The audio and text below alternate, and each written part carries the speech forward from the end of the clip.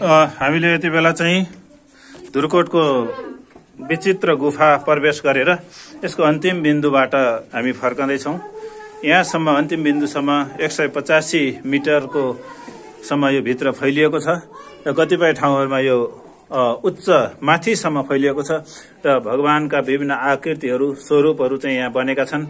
विभिन्न स्वरूपहरू चाहिँ हामीले देख्न सक्छौं अनि यहाँ विभिन्न नागहरूका अनि डाइनोसरहरूका हात्ती विभिन्न प्राणीहरूका पनि स्वरूपहरू देख्न सक्छौं। यो अँध्यारो छ र वास्तवमै यहाँको पथ प्रदर्शकले हामीलाई गाइड गरे अनुसार नेपालकै सबैभन्दा लामो गुफा हो भनेर उहाँले हामीलाई यहाँ दाबी गर्दै भन्नुभएको छ। यहाँ अहिले देखेका छौं यो ठाउँ यति फैलिएको छ भित्र। यहाँ गुल्मीको उद्योग वाणिज्य संघको टिमले 80-90 जनाको टिम आएर यही ठाउँमा यस क्षेत्रको प्रचार प्रसार गर्नको लागि पर्यटनको विकासको लागि यो क्षेत्रमा गर्नको लागि चाहिँ यहाँ बैठक बसेको कुरा पनि यहाँ बताउनु भयो र 2045 सालमा मात्रै यति अद्भुत रहस्य रहेको गुफा भर्खरै धेरै समय होइन 2045 सालमा चाहिँ पत्ता लागेको भन्नुभएको छ। यहाँले बालेर देखाउनु भएको छ धपक्क बलेको छ।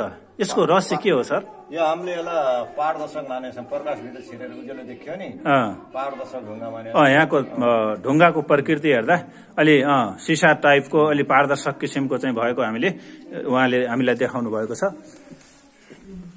हामी अमृत जीवन मावि नारीकोटको कक्षा 12 का विद्यार्थीहरू सहित म लोकेन्द्र अनि संगीता म्याडम को नेतृत्व गर्दै भाइ बहिनीको टिमलाई आज यो प्रदर्शन गराएका छौं।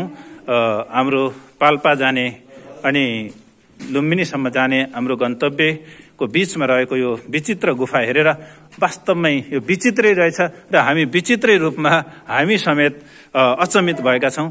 यहाँ यो ठाउँमा आएर एकचोटि यो प्राकृतिक रूपमा बनेको यो स्वरूपलाई आएर सबैले हेरेर यहाँको भौगोलिक अवस्थिति, प्राकृतिक अवस्थिति, यहाँको धार्मिक अवस्थिति, पर्यटकीय सबै महत्वको हिसाबले ग्रहण गर्नको लागि हेर्नको लागि पनि हामीले सबैलाई आग्रह गर्दछौं।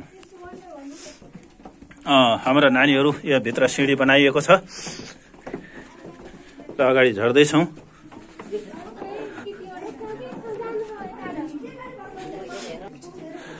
यतापट्टि यो स्वर्ग जाने बाटो भने अलि तलतिर हैन। हाम्रो प्युठान जिल्लाबाट धेरै टाढा पर्दैन भूगोलको हिसाबले।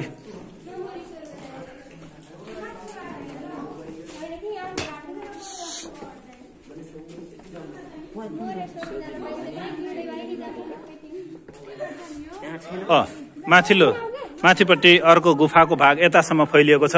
यसलाई स्वर्ग जाने बाटो भनेर उहाँले भन्नुभएको छ। एकचोटि हामी त्यता प्रवेश गर्दैछौं।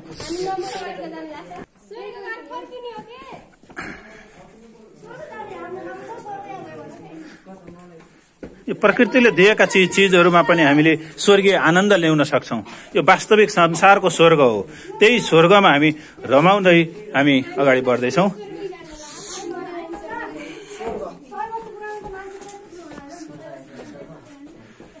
जसरी स्वर्गद्वारीलाई गेटवे टु हेभन स्वर्ग जाने बाटो भनेर हामीले भन्छौं, त्यस्तै यो बाटोलाई पनि उहाँहरूले स्वर्ग जाने बाटो भनेर चाहिँ यसको नामाकरण गर्नुभएको छ। यतापट्टि फैलिएको यो गुफाको भागलाई यो हामीले स्वर्गद्वार मानेका छौं। त्यसभित्र स्वर्ग धर्मार्थी छिर्छन्, पापी छिर्दैनन् अनि त्यही हो। त्यो भित्र 10-12 जना ठाउँ छ। तपाईहरु गएर आउन सकिन्छ। म त जान्नु। हजुर यतापट्टि आकृतिहरू हेर्नुस् त। यसरी टप टप चाहिँ चुहिरहेको छ। अद्भुत आकृतिहरू यहाँ बनेका छन्। यतापट्टि गेट देख्नु हो नि। हजुर त्यो भित्रलाई हामीले स्वर्ग मानेका छौं। स्वर्ग जाने बाटो। धर्मार्थी छिर्छन्, पापी छिर्दैनन् भने सबैजना हटाइन्छ भित्र। भित्र जे स्वर्ग जाने बाटो भनेर चाहिँ त्यहाँ एउटा साँगुरो बाटो भित्र पसेको छ। त्यहाँ कति हामी भित्र पस्न सक्छौं। डर लाग्ने नजाऊ। यस्तै छ।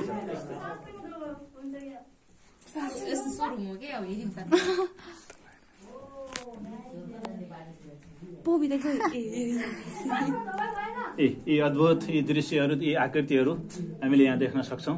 यहाँ हाम्रा केही भाइ बहिनीहरू स्वर्ग जाने बाटो भन्दै यो वास्तविक संसारको स्वर्ग त्यहाँ प्रवेश गर्ने प्रयास गरेका छन्। स्वर्ग महसुस गरिन्छ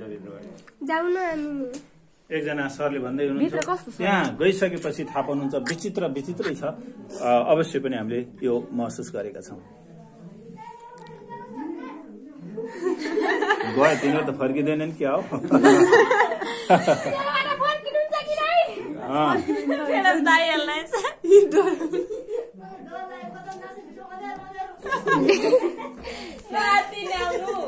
अनि जिउँदै स्वर्ग देखेर आउनुभयो, कस्तो हुँदो रहेछ सङ्गीता म्याडम यो स्वर्ग भन्ने?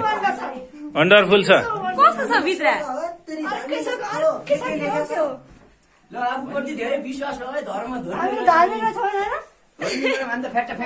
कस्तो छ त्यहाँ?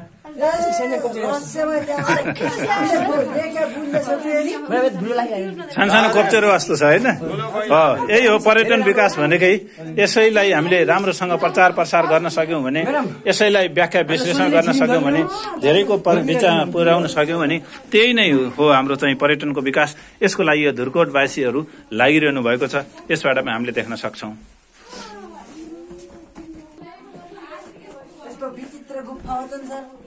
विचित्र गुफा छ।